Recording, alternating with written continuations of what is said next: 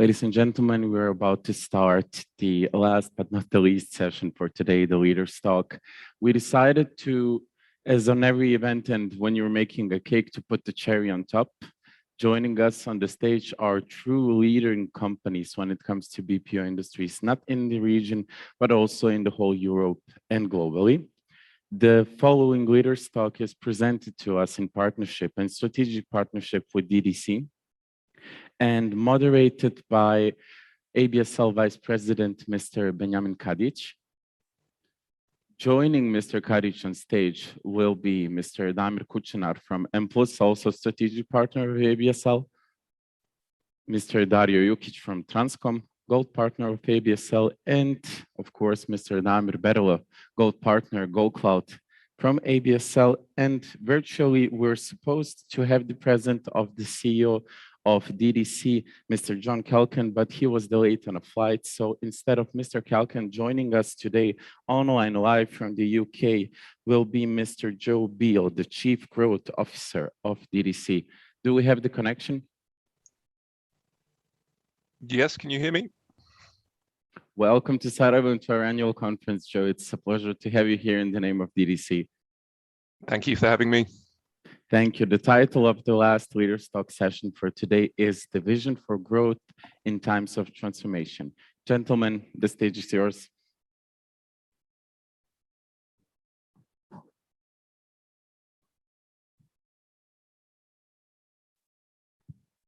Oh, sorry. Well, the last one. So let's try to keep it short and sweet. And I suppose people are a bit tired. Thank you, gentlemen, for joining in. And we have really eminent executives here from BPO companies. And I think we can at least share the knowledge, share the experience which you had in past few years, especially in this transformation, which is getting like the word is getting thrown around in the last couple of years a lot. But in case if we have different meanings for different companies and different individuals, I would say that as technology advances, we see business model pivot and also rise, and you most probably saw them fall.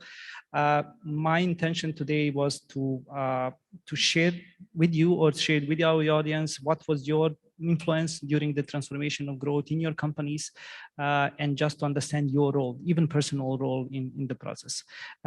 Once again, thank you, Joe, for joining in, and thanks for filling the spot for John. So let's start with Damir.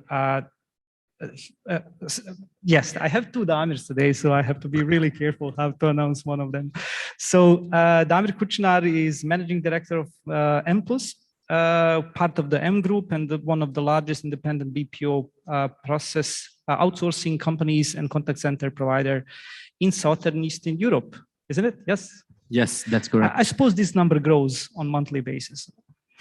Something like that. Yeah, exactly. So I know I have to be really careful with BPOs. You scale too far and too fast. So I'm really careful about the figures. So as you know, as culture bends and customer profiles are rewritten, agility is not just mandatory, and most probably you felt that in your businesses. So, but it's vital for very existence of every organization. So to foster an attitude of always being ready for the next normal, especially after we experienced in past year, what organization must do? What do you think the organization must be prepared for, especially with the experience we had in 2020? So first of all, I would say that today's conference name, Thinking Forward, is the right choice for the name, and that's the same that we at Mplus Group really chaired, because it's all about thinking forward. So basically, you have to embrace the situation as it is, embrace the present, don't live in the past, and keep thinking forward. If you want to be the best in what you do, you should be not only follow the trends, you should be the one that is setting the trends up and making the others follow you. So basically, I think that is like really important for us as a group. We were always thinking not only one step, but sometimes two steps forward. We actually knew that the digitalization process will come, and basically we have prepared ourselves for that. But unfortunately, no one from us knew that the situation with COVID will force everybody into process of digitalization going so fast. Super. Would you say that your company innovated in this process in terms of growing, or it was just following some trends through group that you had on group level? Did you had any option to innovate on local level? Basically, as said, it's all about thinking forward, setting up the trends. So in the past couple of years, we have actually in the past year we have acquired the new two new IT companies inside the group. That has helped us a lot to be prepared for the process of digitalization that has come. Yeah. Super. So let's go to Joe. So Joe, I think you already are quite familiar with the changes that is happening on global level, especially companies as yours are probably familiar with the model of zero-based approach in terms of revenue or cost planning. But how does it work in growth? Have you tried to start from scratch, or you just implemented the well-known strategies you had before in terms of growth and exposure on other markets? Yeah, it's a good question. I think I'd start by saying it's no good forgetting the past. So I think the last few years has been different, but it's real. It's happened. So I think there is a level of knowledge and understanding that you've built from it. I'd say that sort of technology has provided sort of quicker access to data as well. So largely speaking, at DDC, we use a lot of the principles of zero-based budgeting. I think what that drives really as a business, it's the right behaviors and accountability. So if you build your budgets from the ground up, and that's whether it's run or growth, you're allowing the people that monitor the growth and especially deliver on it, that they've got a level of accountability. But I would caveat that we're saying that sort of operating a sort of a ZBB model is quite tricky. And I think if depending on what you read, you could either see a downturn in its use because it's difficult to apply across the business, but also technology is driving its uptake. And I guess during the conference, everyone spoke about the dynamics of the markets and how many changes have occurred in recent history. But I'd say one thing that we've been looking at specifically to try and counteract some of that unpredictability is looking at growth that complements your existing business. And I think that's really important. So that allows you and affords the opportunity to apply some predictability. So with good qualification and focus, you can start to supplement your business in areas that you know and really truly understand your cost base. For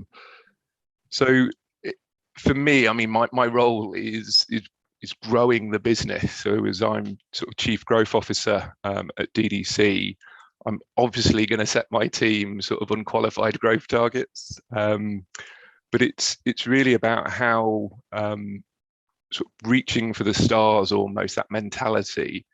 But it's the unqualified stuff that can push and pull and bend your business out of shape and take you in many wrong directions. So I think for me, it's about sort of good qualification and complementing your existing business with new growth. And that allows you to be really accurate in that budgeting process. So I think they're sort of the key points for me on that. Thank you, Joe. So this goes to Dario, and Dario is newly appointed Transcom GM for Bosnia, isn't it? Yes. So, and also you have a history with Mplus. This is kind of interesting because you're partnered with your other colleagues. So there is a military strategic observation that no plan survives contact with the enemy. So similarly, no growth transformation unfolds precisely as everybody intended to. But I think we can all agree that measuring growth is not an easy task, especially after everything happened last year. So I think that audience might be interested in understanding what surely like to understand, so what does your organization measure in terms of growth, especially with high figures or high retentions that may happen? And have you implemented the new growth metrics during the pandemic, something that you haven't implemented so far?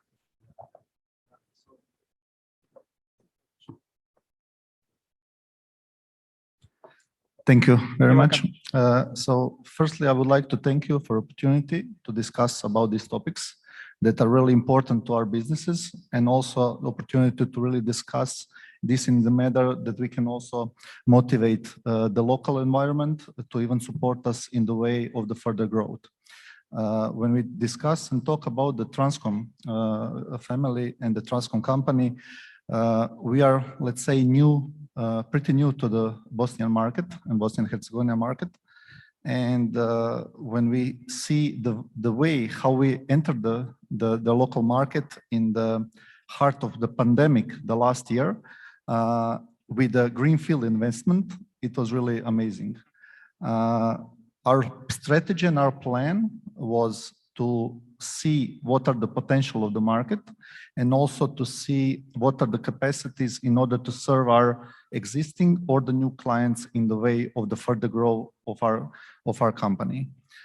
In that way, we have also recognized that there are, in the earlier panels, there are lots of discussion regarding the motivation of really proven clients, like the world global clients, how they should be motivated to participate and join the Bosnia and Herzegovina markets. And basically, it's all about the sales at the first point, but it is also about the delivery at the second point. So I would say that pandemic for us really proved that everything what we have communicated to our clients in order to motivate them to come to the Bosnia and Herzegovina market really proved as we said.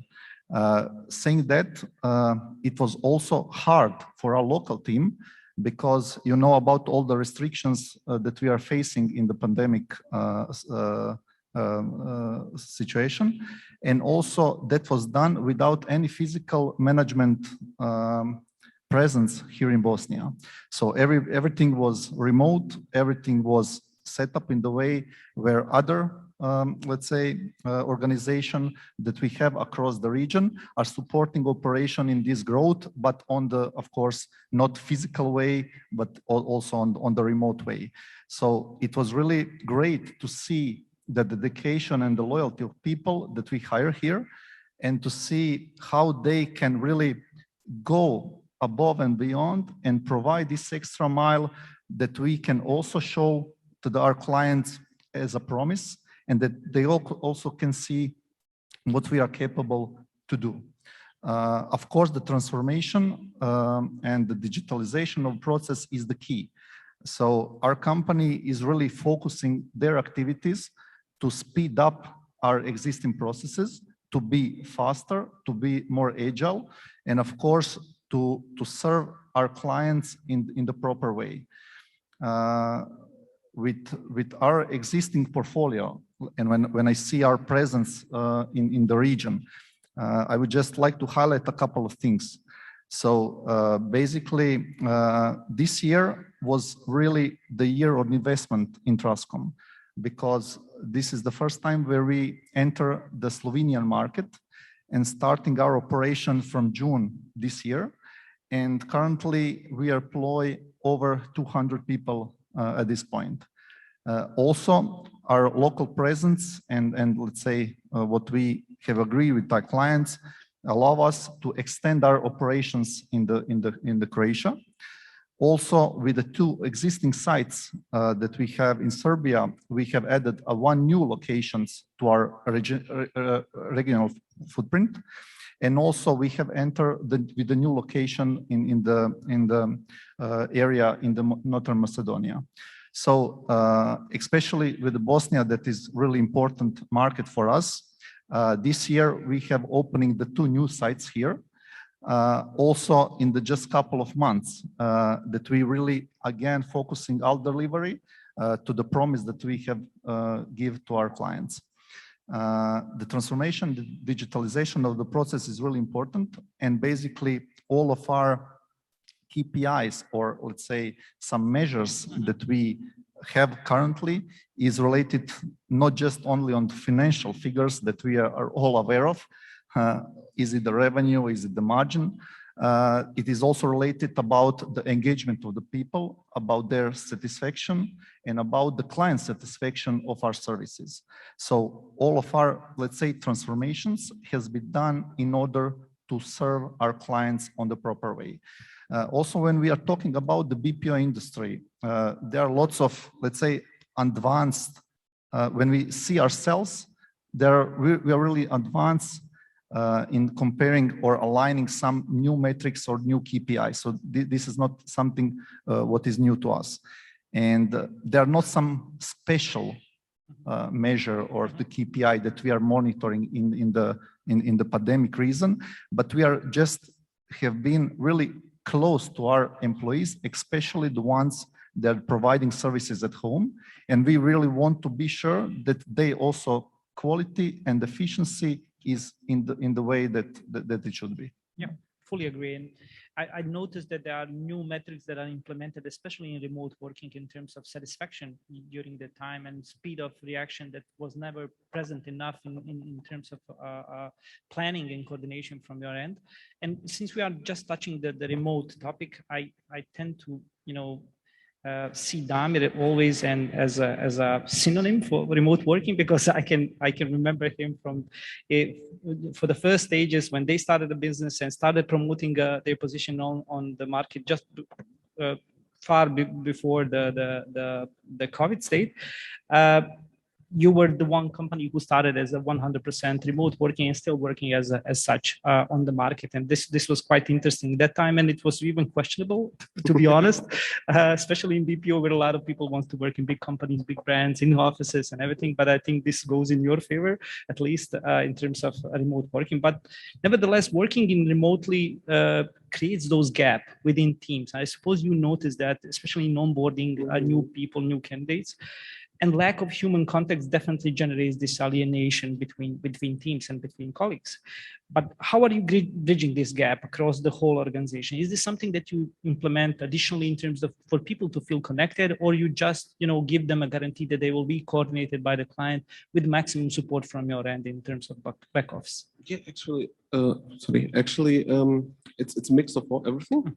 So when COVID-19 started, I was the first person who some colleagues called and said, okay, we have the technical solutions for remote work, but how to maintain the control over the agents without being too controlling, and how to maintain the team spirit.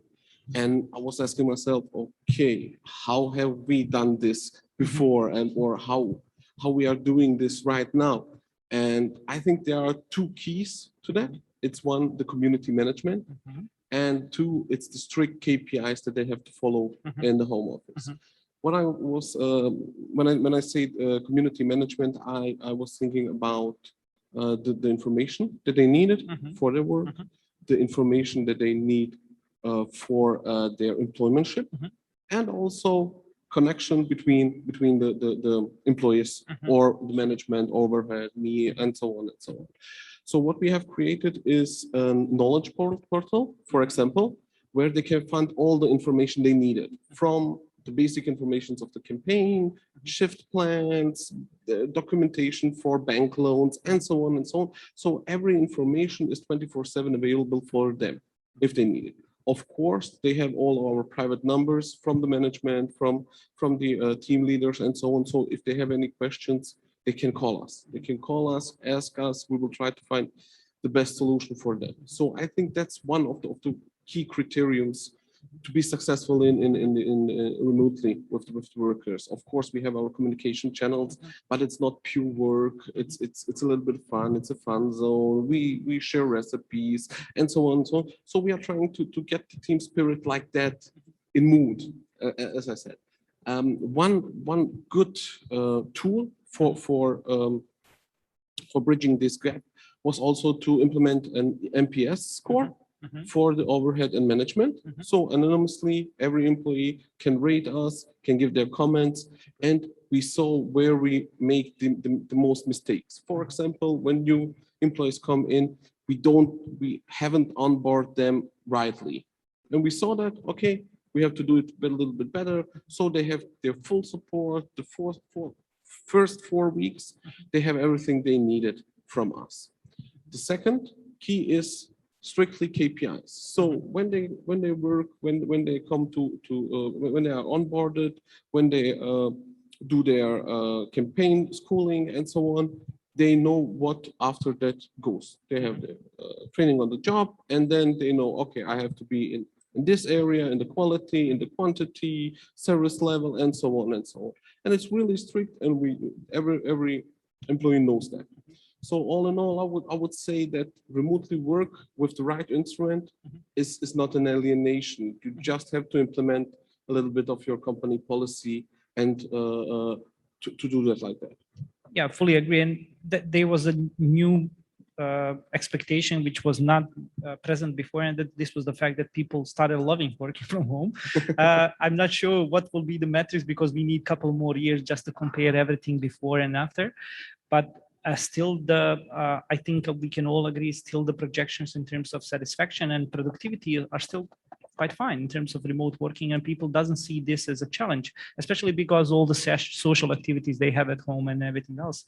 But I would definitely like to see, a couple years after this to review the model once again and see what will definitely. Yeah, but actually we have some metrics, because our clients have also other service centers who are working for them in-house or another service center, so we can a little bit compare. I would say the quality is the same or better in our cases. The quantity, we can get like 5 or 10% more than there. I don't know why we haven't measured it, but we have like 3 or 4 clients with and comparing their metrics with other business centers and in-house metrics. They say all the same, that we have 5 to 10% better quantity than them. I totally can relate with that. I'm not one of the fans of working from home. I try it and I do it when I have to. Me also. But to be honest, I tend to focus too much on my work, and I forget to go to the bathroom and to eat and whatever. And this doesn't make too much sense, because I burn many hours. It's a good thing, but I feel so tired afterwards, because you don't have those options to move out with the colleagues and to have a coffee or whatever. So I think we can also all agree that executives play an important role in this transformation process, and most probably you already passed through this phase, or you are still in this phase. But what was, and this is a question for Damir once again, and Damir from Mplus, I have to announce it. So what was your role in the transformation process, your personal role, and how do you think it affected your colleagues, your peers, to perform according to the business strategy that you implemented? I mean, it was not an easy road, and still it isn't, because all of us are still learning how to cope with this situation. But as said before, I think it's all about to embrace the present as it is. As soon as you do so, then you will be able to move forward and keep thinking forward. And basically, my role was as a leader to lead by like a model. So basically, I myself personally, I didn't stay in the past. I was not thinking about the past and when things will go back to old normal. So as soon as possible, I embrace this situation as a new normal, as it is right now, and I'm sure that will stay for many years to come. This new normal will stay, and that's a thing that you need to do to be able to think forward and do things right in a right and a proper way. Super. I suppose you can all relate, since you already have executive roles with Damir, and it was a challenging task because people are watching at you and your behavior. They are following your act and your motivational approach. But I think we can all agree BPO was even affected in positive way in some ways, especially these locations which are not EU location, because before it was challenging to attract a client who will have to work with a location who doesn't have a data center in EU, European Union. But Would you agree, Damir, that now this is not a question that you can acquire more clients without going in definition? Are you a EU, country? Are the service provider are from EU? And does the compliance in terms of GDPR applicable for international projects?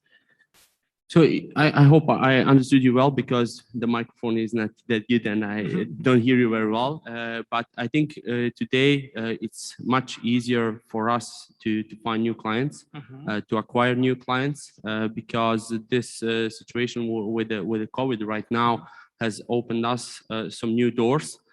For example, now at Mplus Group, we are not only hiring from Sarajevo. We have implemented working from home model, and that has helped us to open the other cities too. So now we are, so to say, it's much easier to find new agents, new workforce, and everything else.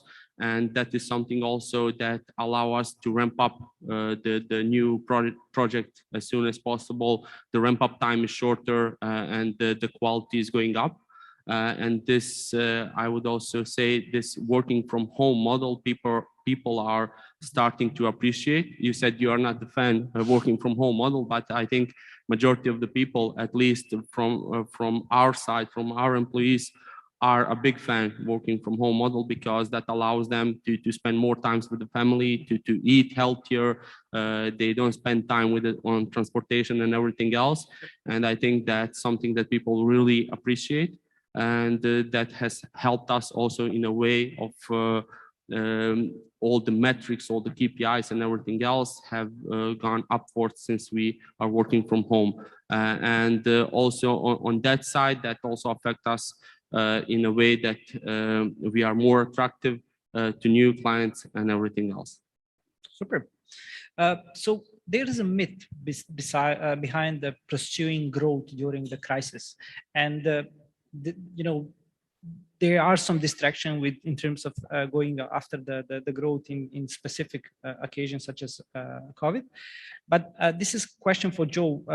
Would you agree that investing in growth during the downturn will produce this distraction of the short-term issue, especially people-related issues or culture-related issues? Yeah, good question.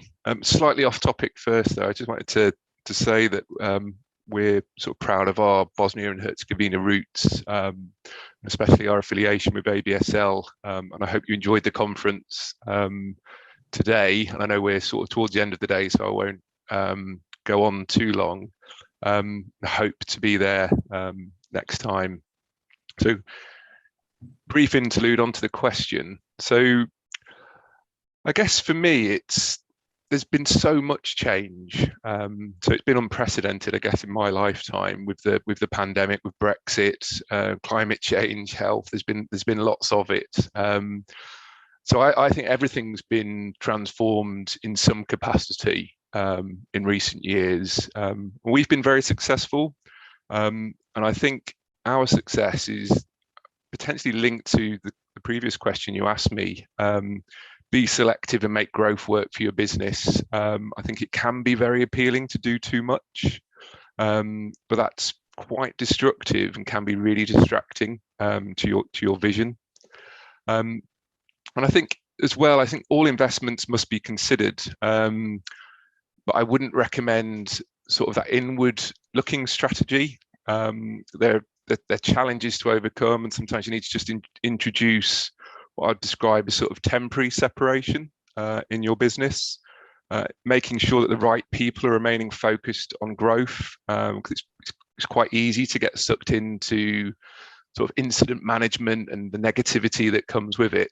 So I guess sort of the final comment really is kind of backing the right horse. I mean, we've been really successful because we've kind of been really close to the markets, really got our finger on the pulse. So knowing your industry well and ensuring that growth is delivered sort of economically, so you can deliver your growth in a really efficient way. Lots of our business is through referral, so that's testament to some of the great work that the team are doing, especially in Bosnia and Herzegovina. But it's also about aligning with industries who are really benefiting from some of the challenging conditions as well. So I think that's sort of the backing the right horse mentality has served us really well. So I guess to summarize, you can do both, but I think it's about compartmentalizing those things and not diluting your growth and new business strategy with kind of running the business. I think they're very separate disciplines, but they can complement because you're needing to supplement any downturns you've seen in markets that haven't been that successful, and with really positive growth in those markets that you can see strong growth.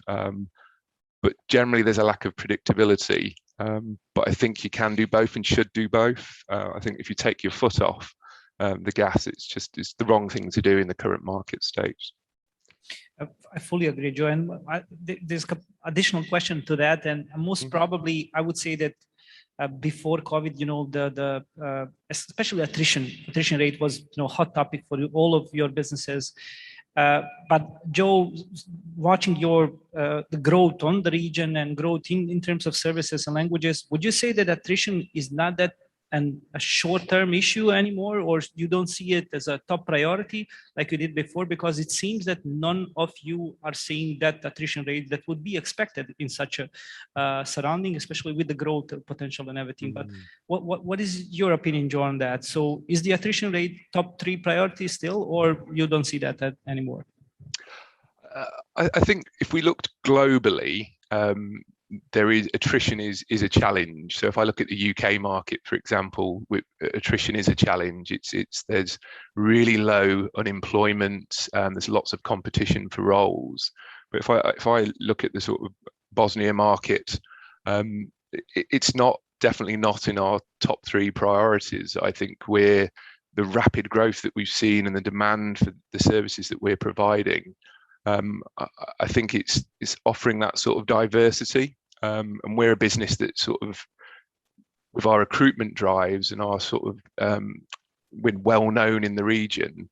Lots of our team, especially the senior management team, have grown up through the business as well. So when people arrive in, they know that there's progress, there's career progression, and I think that's hugely important. That we're not just a kind of often referred to sort of bums on seats organization. This is a career that we can add real value to the people that we employ and also the customers that we serve. Super, thank you, Joe. So can we say these are the golden times for BPO industry, having in mind the attrition is not in top 3 priority? Let's talk about this next year. I will most probably tend to ask you this once again, but let's hope it's going to stay like that. And I hope the other industry will also feel the same. So another popular myth is that the growth transformation will take too long and cost too much.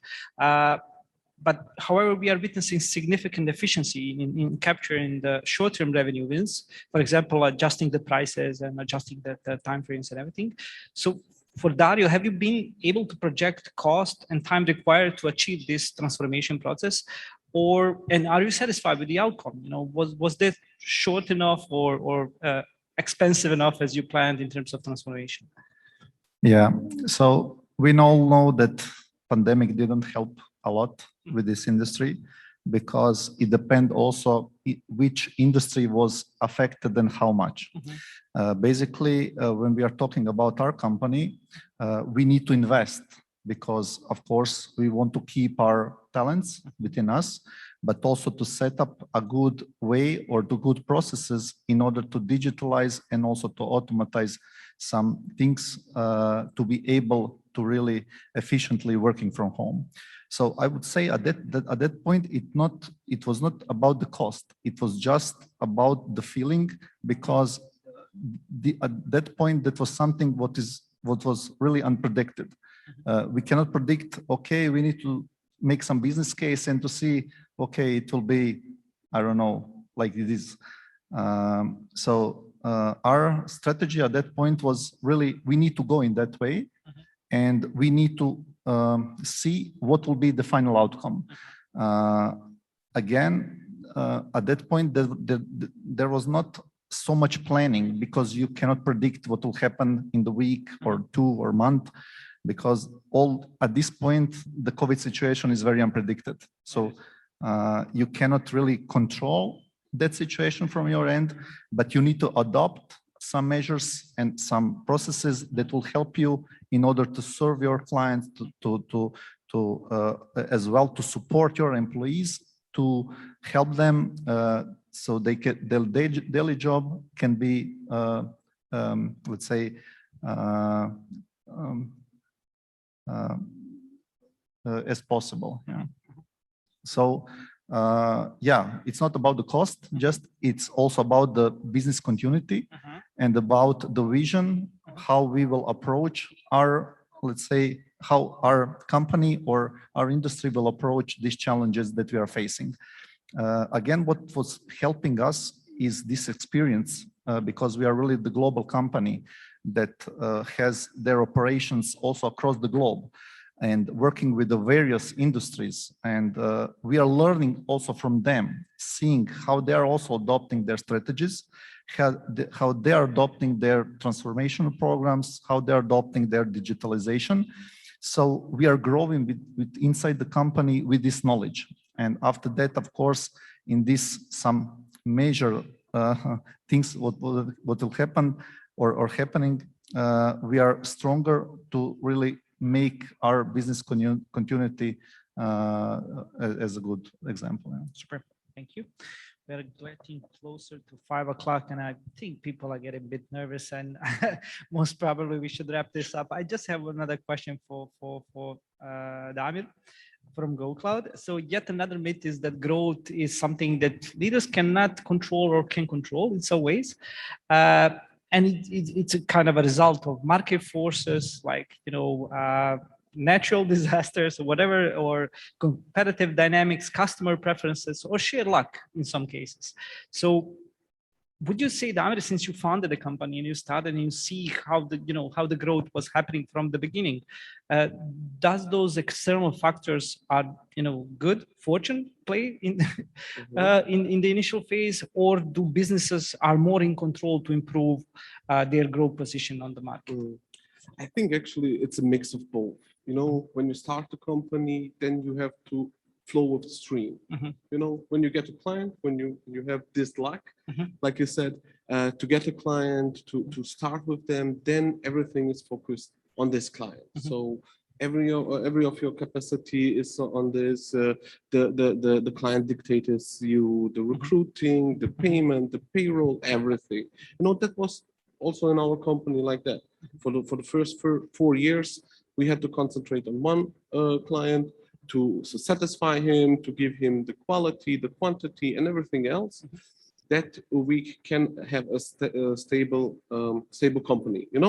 After that, if you want to flow with the stream, then you can do it. But we didn't. We said in the COVID, okay, we have these clients right now. This is working good, but we want to expand our portfolio of services in other directions. And that was the key point, I think, in our company, that we didn't want to be only a contact service center, but a real BPO service with services from digital marketing, from B2B appointment booking, and so on and so on. So we started this, and we are expanding our portfolio. For example, this year we started a new service. It's really new for construction companies in the EU. We summoned up all our knowledge in administration, in digital marketing, in HR, client support, and in appointment booking, and summoned up in one service. And we are giving this now to construction companies in the EU and try to team up with them to take the non-core business processes that they don't want to do. Nobody wants to do the non-core. They want to make money, they want to build, and so on. And I think it will be a good success. So I would say that you can position your growth on your own. It's not poor luck, but it is important to have some clients by your side to see how the work is done, especially when you are founding a company and have no knowledge about whatsoever and start from zero. Super. So I would say it's a mix. I can fully relate to that, especially in the initial phases, when there's a crisis of identity, in the small companies which you are trying to solve. parallelly you're working for a client, parallelly you're doing the business development and everything else, and then sheer luck doesn't make sense as a statement, because you do much more than any other occasion, or especially having a job in another company. So I would definitely rule out this as an option. We are already at 5 o'clock. I was planning to ask, but I'm not push you there. In our industry, it's popular to ask people how are your growth potential, having in mind that this is a topic for the next year. But I know these are the sensible data, and these are not that trackable in terms of growth, especially if we are not fully aware what will happen next year after we experienced last year.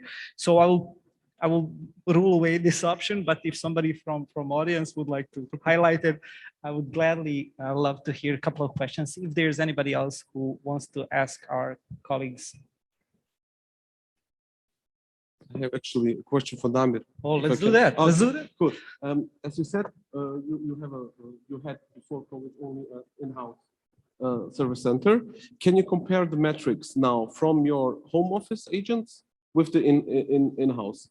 What is better? What is worse now? Do you have a comparison? I would love to hear that. So basically, we have done the survey.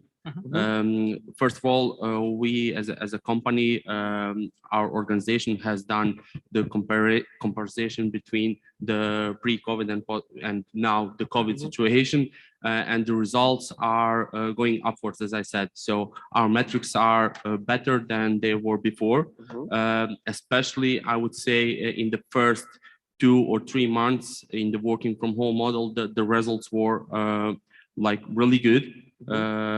Extraordinarily good, I would say. But even now, we have kept the standards and our results are better than pre-COVID.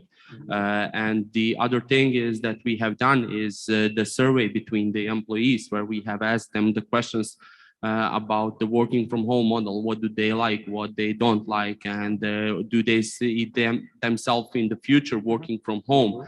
Is that something that is suitable for them, or would they prefer to come back to the offices? And basically, what the results that we got is that almost 95% of our employees said that the working from home model is something that they can see themselves in the future. And the 5% of them said that they would like to come to the office, and those 5% are now working from the office. But I mean, it's a really a good case and a good study to do this working from home model, because I think it's something that is sustainable for the long period of time. Super. I will just add on that question, and I will try to involve Joe once again. Same perspective, but in terms of clients, how your client are reacting on the option having remote workers, or are they still requesting that candidates or the new employees or the present employees are still situated in the offices? Do you see shift there in terms of their expectations and their preferences in terms of, are your employees working remotely or not? Yeah, so I mean, we've pretty similar to everyone. We've adopted this sort of hybrid approach, and it will be forevermore. I think it's the future. I think sort of a couple of points on it. I said almost mirroring the sort of our clients' operational setup as well. So I think that's driving a lot of the requirements. So if they're adopting a hybrid model and they're continuing on, that there's less challenge on us maintaining that. And I think there's an appreciation that performance has been maintained or improved during this hybrid working. And I also think that in looking at that sort of mirroring, seeing what our clients are doing and getting more familiar with their strategies, there's commonality. So a lot of people are keeping some of their bricks and mortar and repurposing them. So collaboration, touch points, training, bringing the clients in so they can get exposure to the teams. We have to maintain that. And I think there's a time and a place for video conferencing, but I think our clients still really like the tangible factor of coming in and meeting the teams, and we have supported a number of visits over recent months as the clients are really chomping at the bit to come and see the teams, and it takes some organization, but I think it will be the future. Thank you. It seems that we can agree that hybrid is definite.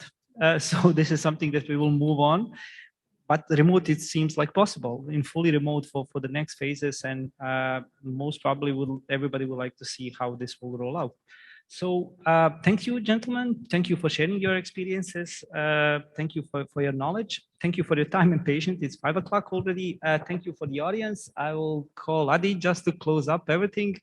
And most probably we will see each other shortly.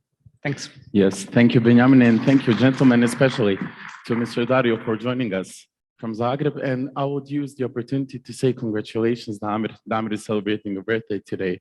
So thank you, Damir and Mplus, for a true partnership.